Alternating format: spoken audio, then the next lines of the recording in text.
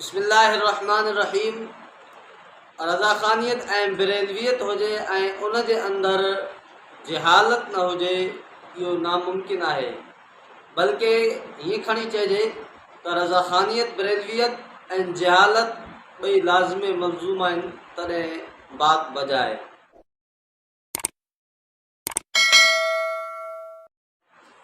हज़रत शाह इस्माइल शहीद रहमहुल्लाह इमामुल मुवहिदीन जंहिं तक़ियतुल ईमान तौहीद ते ज़बरदस्त किताब लिखियो, अहले बिदत जे घरनि ऐं माड़ियुनि जे अंदरि ज़ल्ज़लो बर्पा थी वियो। अहले बिदत उन्हनि जी इहा ख़्वाहिश किथां पूरी थिए त असांजो शिरक वारो धंधो, असांजो बिदत वारो धंधो मुल्क जे अंदरि पखेड़िजे ऐं मुल्क जे कोने कोने ताईं असांजी ॻाल्हि पहुचे।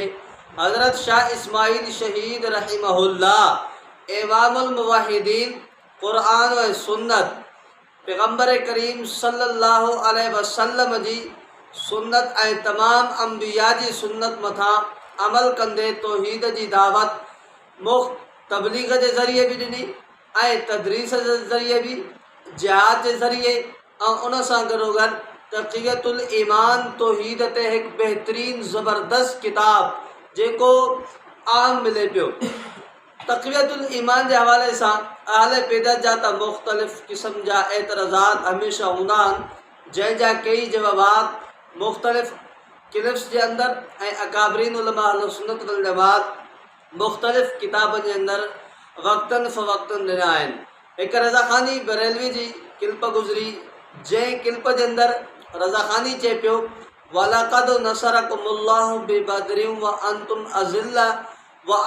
अज़िल्ला जे आयत जे तर्जुमे जे मथां शाह इस्माइल शहीद रहमहुल्लाह जी तक़ियतुल ईमान पेश करे एतराज़ करे पियो त व अंतुम अज़िल्ला जी माना सहाबा ऐं अंबिया खे नऊज़ बिल्लाह ज़लील चवणु सही न आहे। अल्लाह सही फरमाए तो वलक़द नसरकुमुल्लाहु बिबदरिन व अंतुम अज़िल्ला।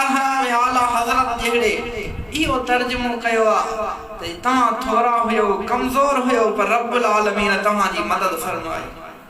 पर वहाबिन ऐं नजदिन जो तर्जुमो तव्हांखे ॿुधायां त उन्हनि हिन आयत जो कहिड़ो तर्जुमो कयो। उन्हनि नबी पाक सल्लल्लाहु अलैहि वसल्लम जे लाइ सहाबिन जे लाइ कहिड़ा लफ़्ज़ ॻाल्हाया। ही तक़वियतुल ईमान आहे, ही इस्माइल दहलवी जो हिन आयत जो तर्जुमो न कयो आहे। चवे थो बदर में अल्लाह ने तुम्हारी मदद की, हालांकि तुम सब उस वक़्त ज़लील थे। माअज़ल्लाह नबी पाक जे लाइ हुज़ूर जे सहाबन जे लाइ ज़लील जा लफ़्ज़ ही तक़वियतुल ईमान जे अंदरि ही वहाबिन चया, नजदिन चया।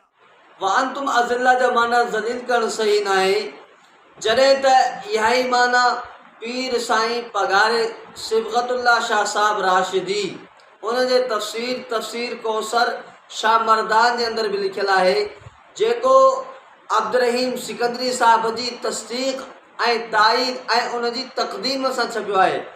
उन जे अंदरि उन जो मुक़दमो लिखियो आहे ऐं अब्दुर्रहीम सिकंदरी साहब उन जी तस्दीक़ करे गोया के सर्टिफिकेट ॾिनो आहे त हिन जे अंदरि जेके ॻाल्हियूं आहिनि उहे बिल्कुलु बजा ऐं सही आहिनि। इन आयत जे तर्जुमे जे तहत पीर साईं पगार छा पिया लिखनि अव्हां जे साम्हूं पेश कया पिया। पीर साईं पगार रहमतुल्लाह लिखनि था त ऐं अलबत्ता तहक़ीक़ हमराई ॾिनी हुई अव्हां खे अल्लाह मंझि बदर ऐं अवी हुयो ज़िल्लत में त पोइ पाण खे सिकंदरी सॾाइण वारो अता रहमान सिकंदरी साहब तूं जो गुस्ताखी जा फतवा लॻाए पियो, तूं उलमा अहले सुन्नत वल जमात उलमा देवबंद जे मथां वहाबी हुजण जूं फतवाऊं ॾिए पियो, गुस्ताख हुजण जूं फतवाऊं ॾिए पियो, एतराज़ात करे पियो त तुंहिंजो हिन सिबग़तुल्लाह शाह साहब पीर साईं पगार रहमहुल्लाह ऐं अब्दुर्रहीम सिकंदरी जे मथां छा एतराज़ थींदो। छा शाह इस्माइल शहीद रहमहुल्लाह तुंहिंजी इन फतवा सां जेकॾहिं गुस्ताख आहे त पोइ पीर साईं पगार न आहे, अब्दुर्रहीम सिकंदरी न आहे। हाणे जेकॾहिं शाह इस्माइल शहीद रहमहुल्लाह जी माना जे मथां एतराज़ कंदे शाह इस्माइल शहीद रहमहुल्लाह खे गुस्ताख मञींदे त पोइ लाज़िमन तोखे, चूंकि इहा ई माना ज़िल्लत वारी पीर साईं पगारे ऐं अब्दुर्रहीम सिकंदरी कई आहे, इन्हनि खे बि तोखे गुस्ताख मञणो पवंदो। जे हिनन के गुस्ताख न तो मने तो शाह इस्माइल शहीद रहमहुल्लाह भी गुस्सा कनाए तुझी दुगली पालेसी इंशाअल्लाह बेनकाब कदा।